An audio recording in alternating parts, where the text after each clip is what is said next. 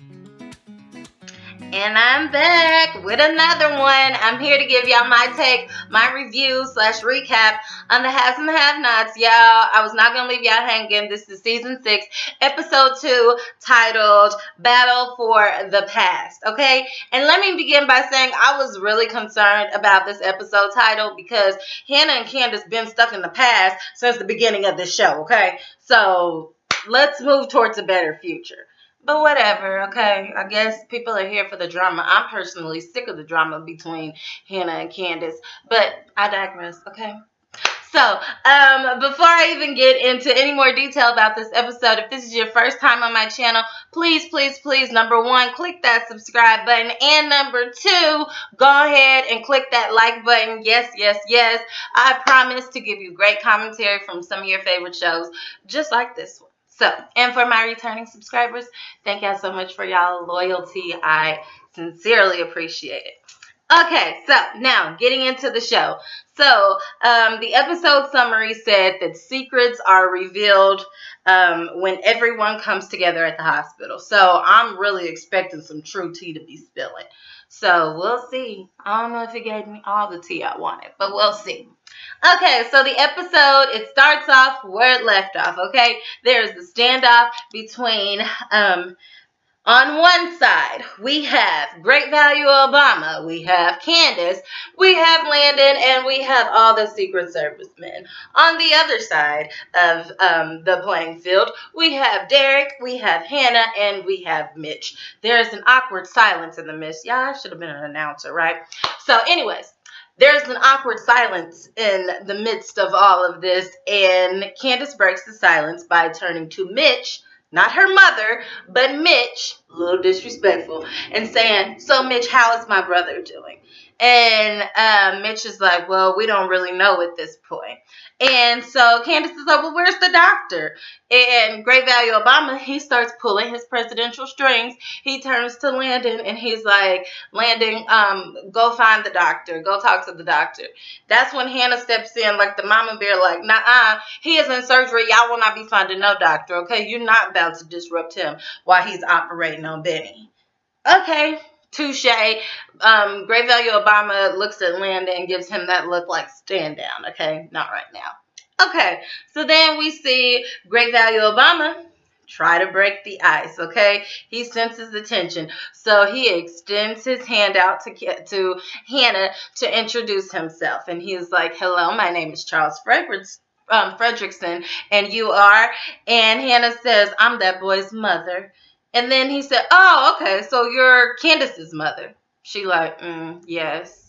I'm like, "You could have said you was Candace's mother. Clearly, he knows Candace, and he has some type of relationship with her. Dang, you don't even be trying to claim your daughter like that. I mean, she claimed you, and you a piece of work too, but whatever, okay?" So at that point, Mitch kind of tries to like break the ice because there's some tension. And so Mitch tells Candace that Benny hasn't been in surgery for too long. So basically, he doesn't know like how much longer it's going to be. Okay, so then Hannah turns to Great Value Obama and she asks him, how did he meet her daughter? Because she just assumed this gotta be on some shady stuff. You met my daughter and you a fine looking man and you got some stuff going for yourself. She probably trying to play you. I mean, she didn't say all that, but that's what she was thinking.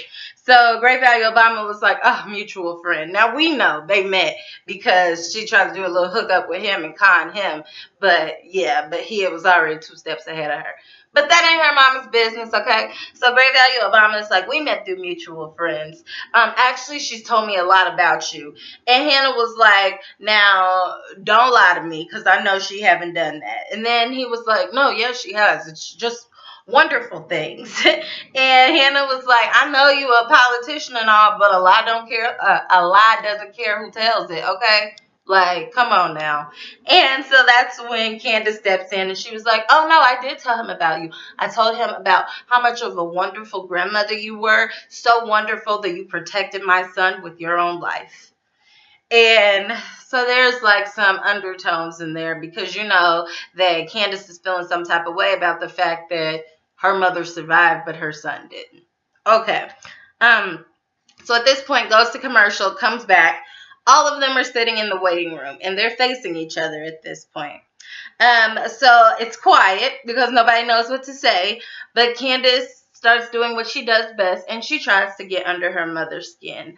Kind of just starts to like say little remarks, basically trying to say that her son passing away is Hannah's fault. She should have just left him alone. Yada yada yada yada. And then Hannah turns to Great Value Obama, and she's like, "Do you have any idea who you're sitting next to? I mean, you got Secret Services stuff. I'm sure you've done background checks and all of that. Like, you got to get stuff cleared. So, do you know who you're sitting next to?" Charles is like, "Yes, ma'am, I do."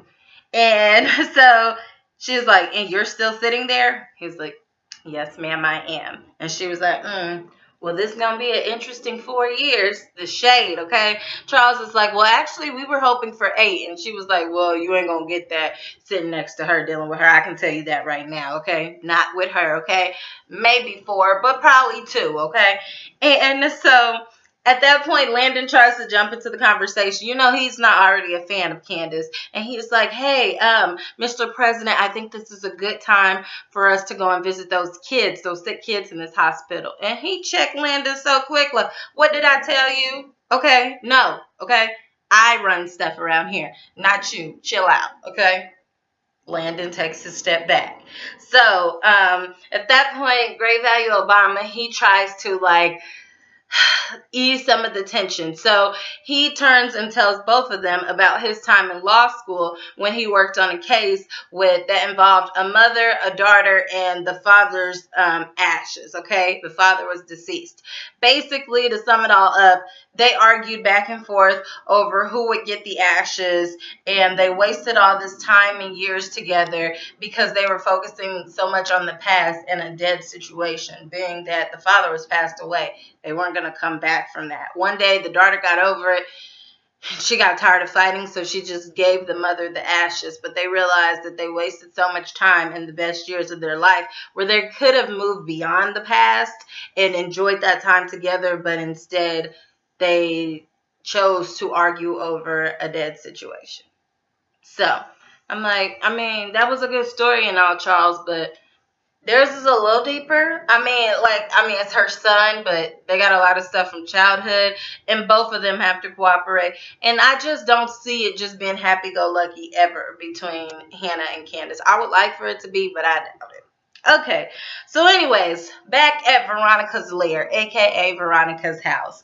Veronica is chilling on the couch. Mind y'all, she just got from the hospital. She was in a whole bunch of pain, but she went home anyway, okay? Not feeling good, and the doorbell rings. So she yells for Allison, like, "Girl, where you at? You the maid, and you ain't coming to answer the door?" So Allison comes so she can answer the door, but she tells Allison, "Oh, you ain't gonna give me a drink first?" And she was like, "Well, ma'am, I was going to answer the door." She said, "You need to get my drink first." She's like, "Okay." Meanwhile, doorbell's still ringing. Allison goes over there to start making her a drink.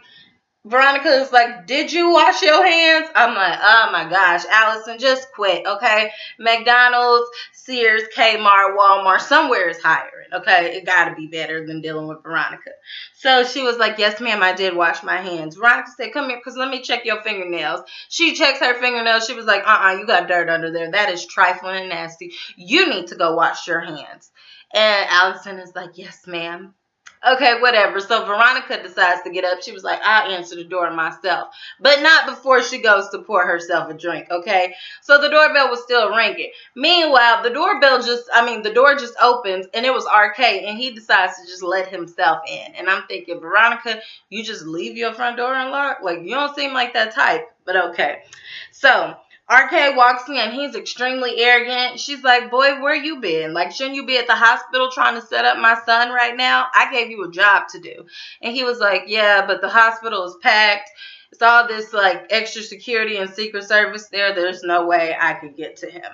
And she's like, He's like, "Yeah, but anyway, let me take that off your hands." He takes her drink out of her hand that she just poured and starts sipping it. She's like, "Boy, if you take another thing out of my hand," he was like, "Well, I'm going to take that behind in a minute." And I'm like, RK is playing with her, but like he tests her like a lot, and he does it with a smile on his face. And like I've said before, I think she somewhat respects that, so she don't just like pounce on him and attack him. So at this point, she's like, "Boy, you better stop playing with me. Like today is not the day. Okay, it's not the time. I'm in pain. I don't have time for it." So he was like, "Actually, I'm hungry. Can you go get me some food? Whip me something up?" I mean, he just acted like he the man of the house. Really, that's how David needed to be with her. Okay, she would have respected him more. And so she looking at him like, "Boy, please." And RK is like, "Actually, I'll get the maid. What's the maid's name again? Allison? Yes, Allison. Allison, can you please come here?" Allison comes in there. He was like, "Allison, you are so nice. You look so beautiful today." Allison is like, "Somebody appreciate me, okay?" I mean, she didn't say that, but that's what she was thinking.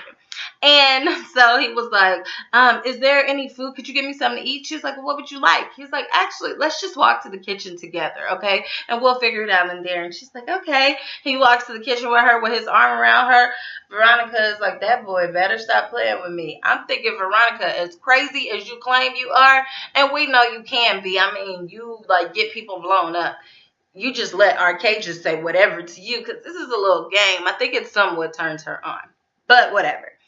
Okay, so next thing you know, we see Jim. Jim is at the hotel. He is in the hallway walking with one of the bellboys and trying to get him to open up the door of the room that Catherine is in. The bellboy was like, "I'm sorry, sir, I can't do that." Jim plays him like a fool. He was like, "What is she doing what is she doing here?" The bellboy looks that way and Jim snatches the keys from him. The bellboy is like, "I didn't give you those keys. I didn't give you." I'm just like, "Boy, bye. Okay, this is your little part-time job. Just go." And so Jim unlocks the room door and walks in. Okay, Catherine, honey, the madame is laid out with both of her little boy toys. Okay, they have not moved. They didn't jump up or nothing because Catherine is in control at this point. Jim is like, "Y'all need to get y'all butts up and get out of this bed." She literally has a hold on them. Like, they can't move. They're not responding to him purposely because they know he don't run stuff. And then he was like, "I'm not playing with y'all. If I have to tell y'all again, I will burn down this entire hotel with you in it." And she's like, "Oh, okay, boys, you can go ahead and go." And so they leave out of the room. And I'm like, "Jim, I know he ain't like jealous because he don't really want Catherine like that." So I guess he just like felt a taste of his own medicine, I suppose. Whatever. So he tells Catherine like, "This is like gross. They don't even want you." And she was like, "Oh, but my body wanted them, honey." Okay. Catherine is on a high. Okay. Her endorphins are high. Like, I mean, you know how like you release endorphins when you exercise? That was like kind of exercise for her because it was a whole threesome. So yeah, she's on a high right now. And nothing he's saying is getting to her. So Jim was like, "We're having all kinds of problems right now. And you in here doing this?" She was like, "Well, yeah, because it gets my mind off the problems. Plus, I wanted to take a page from your book. Now, I totally understand why you do this. Like, I completely understand. Ooh, because that Broderick, he can just go, go, go." And when she did that, I'm like, yeah, Catherine was on another level. Like, I did it minimal, okay? She was like really putting her umph into it. I'm like, "Oh, you trying to make Jim feel some type of way? The young boy that came in here and showed out.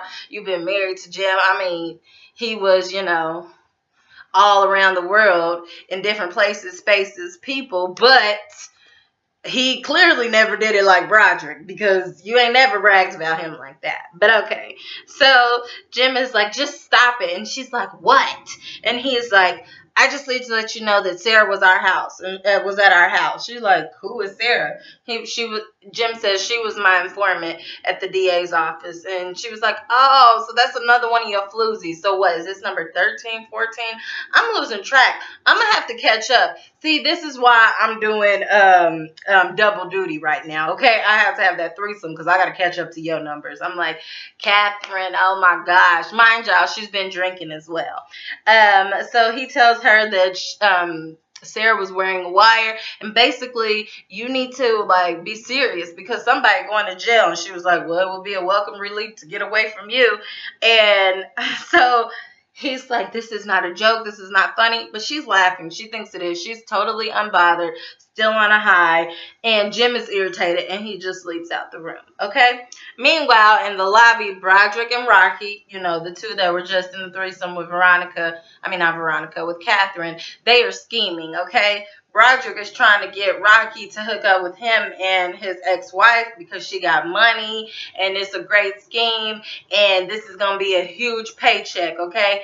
And Jim walks up behind him and kind of elbows him to really hurt him and was like, paycheck, ain't nobody getting no payday, no paycheck. Threatens both of them and basically says, y'all need to stay away from Catherine. I don't so much think it's because he cares, but I think he knows Catherine got the money, okay? Jim don't really have money. Catherine's the one with the money. And they're trying to come and take all her money from her.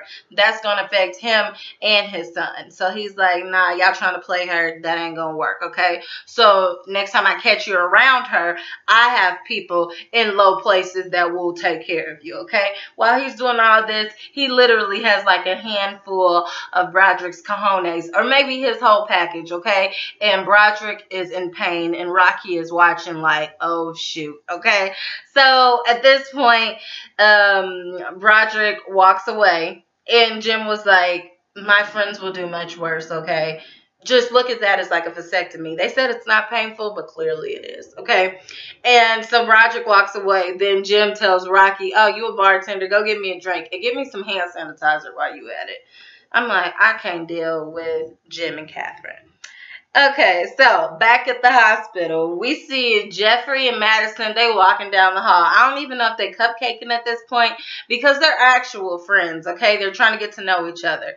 Normal conversation, Justin come walking up on him. It was only a matter of time, okay? We got a break from Justin last episode, but he's back at it again this episode. So he walks up on him. Madison starts feeling uncomfortable, so he just excuses himself, pats Jeffrey on the shoulder when he leaves, and Justin is like, don't be touching him.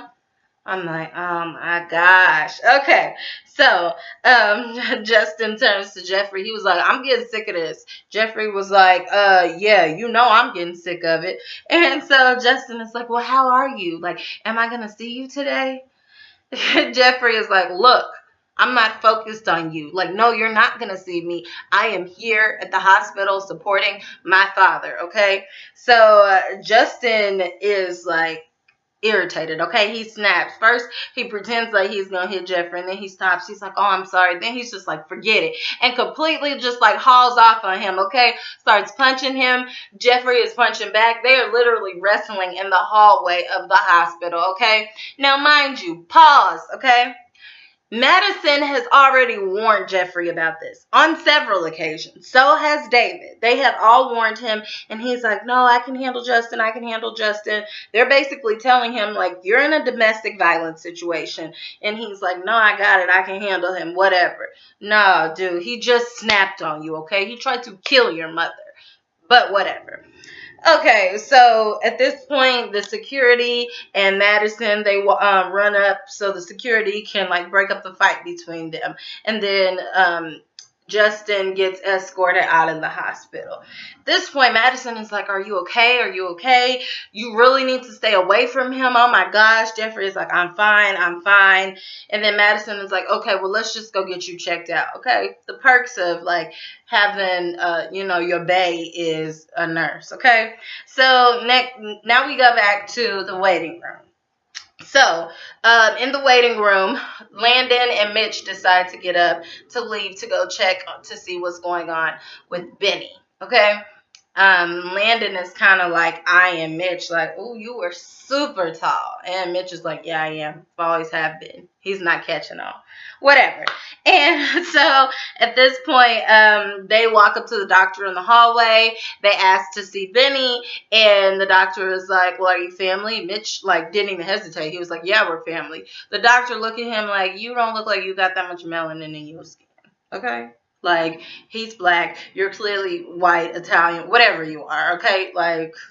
Don't play me. And Mitch looks at him and he's like, don't play those games with me. We family.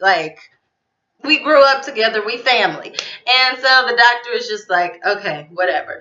Doctor takes them into the room and we see Benny. He is literally leaned over on the bed, like holding himself like where we think he got shot, okay? So they're happy to see him. Landon leaves out the room and leaves Mitch in there with him. Mitch is like, man, you got to take it easy. Like, you got shot. Benny is like, I ain't get shot. I'm thinking, oh, we all thought you got shot. Like, and so he was like, no, I didn't get shot. Mitch is looking confused. Like, that's really not my family style. Like, they was coming after you. They was going to shoot to kill. Like, how did this happen? Benny was like, it was some boys riding around on a bike. Next thing you know, they all came and, like, jumped me, basically. And, like, one of them was just, like, stabbing me repeatedly, like, in the stomach. And he's like, oh, well, that ain't my family. Benny is like, well, who else could it be? I mean, I ain't got that many enemies. Like, that's your family. They was all after me. I got somebody else after me. And he's like, dude, I'm telling you, that's not my family style. First of all, they're the mob. They don't ride around on bikes. They don't use, like, knives. They don't get the job done, okay? So, whatever. Benny is not focused on that. He's like, I'm getting out of this hospital. Although he knows he's not in a condition to get out the hospital, but he needs to. After a while, Mitch don't even argue with him because, as y'all know, Uncle Vinny, which is Mitch's uncle that's trying to, like, fight for his life, he's still in the hospital. Therefore, the Malones are still in the hospital, and they're looking for Benny, so he probably should go. Okay, so at this point, let me see. Okay, so they walk out of the room. Now we're in the waiting room. We see Derek, Hannah, Candace, and Great Value Obama. So Derek congratulates Great Value Obama on his win in the recent election, and then Hannah turns to him and says, "So what are you doing with my daughter?" So Great Value Obama's like, "Excuse me," and so Hannah's like, "What? Like, are you dating her or what?" Candace jumps in. She was like, "Oh no, we're just having sex." And he was like, Charles looks at Candace and was like, please, Candace, like, don't be inappropriate. And she was like, no, she's inappropriate. He's like, well, she's still your mother. And she's like, no, you don't know her. You don't know our past and our history. You just can stop talking right now. And he's like, okay.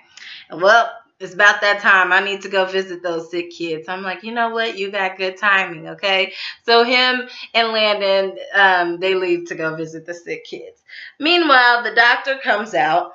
He doesn't look very happy. He tells them that they have a problem. Benny is out of surgery, but he won't stay at the hospital, and they can't force him to stay.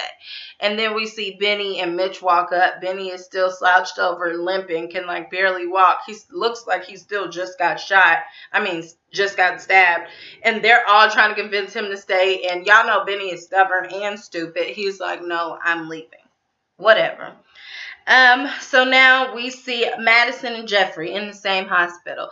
So Madison is examining Jeffrey. He looks fine. His jaw doesn't look broken. But he says he can have a doctor come take a look at it. Jeffrey is like, no, don't trip about it. So once again, Madison warns Jeffrey about Justin. He's like, look, you really need to do something about this. This is really bad. And at this point, Jeffrey seems like the typical, what is that, cycle of abuse, like in a domestic violence relationship.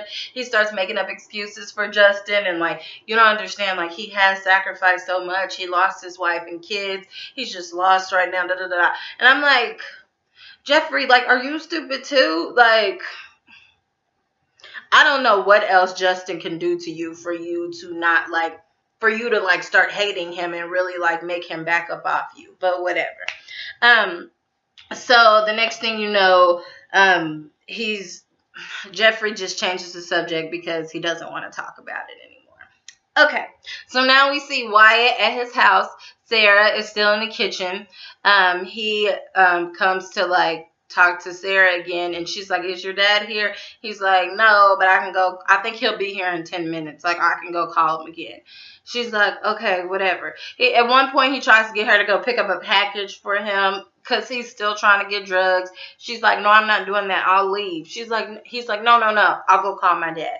We know he ain't been calling his dad or his dad's friend, but he goes upstairs. His shadows, being his bodyguards, one of them follows him. Well, Wyatt pretends like he's laying down to go to sleep, okay, so that the guard can leave out. But really, Wyatt gets up and gets, like, he tied a bunch of sheets together, and he is, like, escaping over the balcony to, like, sneak out of his house with all them sheets tied together. I said, wow, desperate. Okay. He's just going to get himself in trouble, and he's not going to die because he doesn't die, and Benny doesn't die, and Veronica doesn't die. So, whatever. Okay. So, Jeffrey then goes in to check on his dad, David. Unfortunately, he has a lot of bad news to let him know. So these are the secrets being revealed, okay? The tea was spilling in this scene. So at this point, we see David has his clothes on because he's been bandaged up, and the doctors were able to put his shirt on. David is ready to go home, okay? But first, Jeffrey has to break the news to him about Veronica being at his house, how she fell over the balcony, and basically she won't die. David was like, nothing happened to her, did it? And he's like, no, she won't die. Whatever.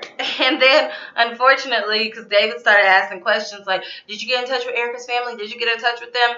Jeffrey had to break the news. Like, look, Dad, you have to hear me out. I'm so sorry. I did go check, and I saw her phone, and I saw that she had a text in there from Candace. She also had Mom's number in there.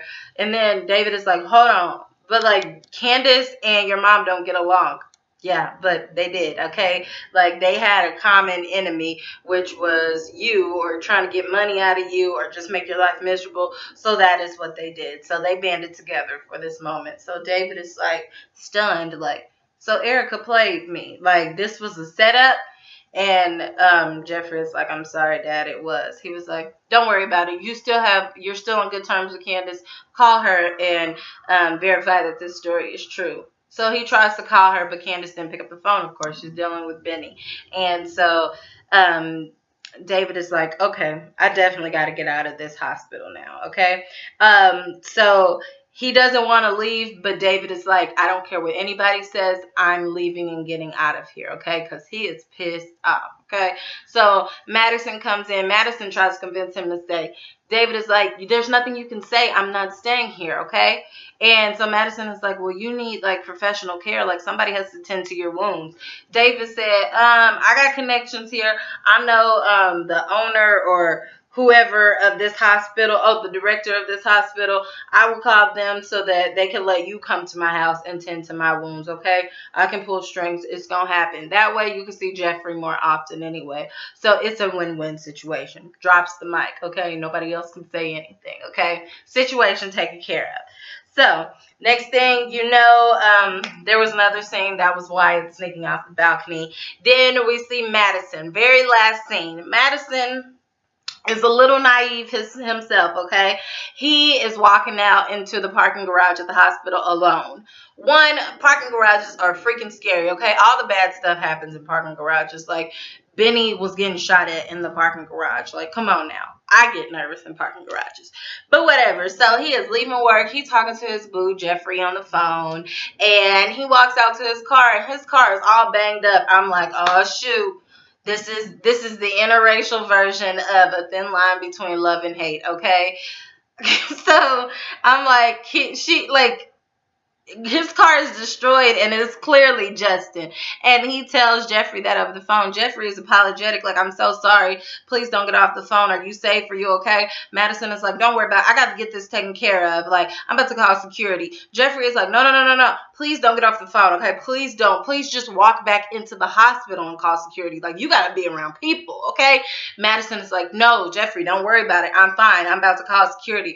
I'm like, Madison, you be basically calling Jeffrey dumb, but you dumb too, okay? Because as much as Justin don't like Jeffrey right now, and he be like, he was just fighting him, he hates you because you're a threat.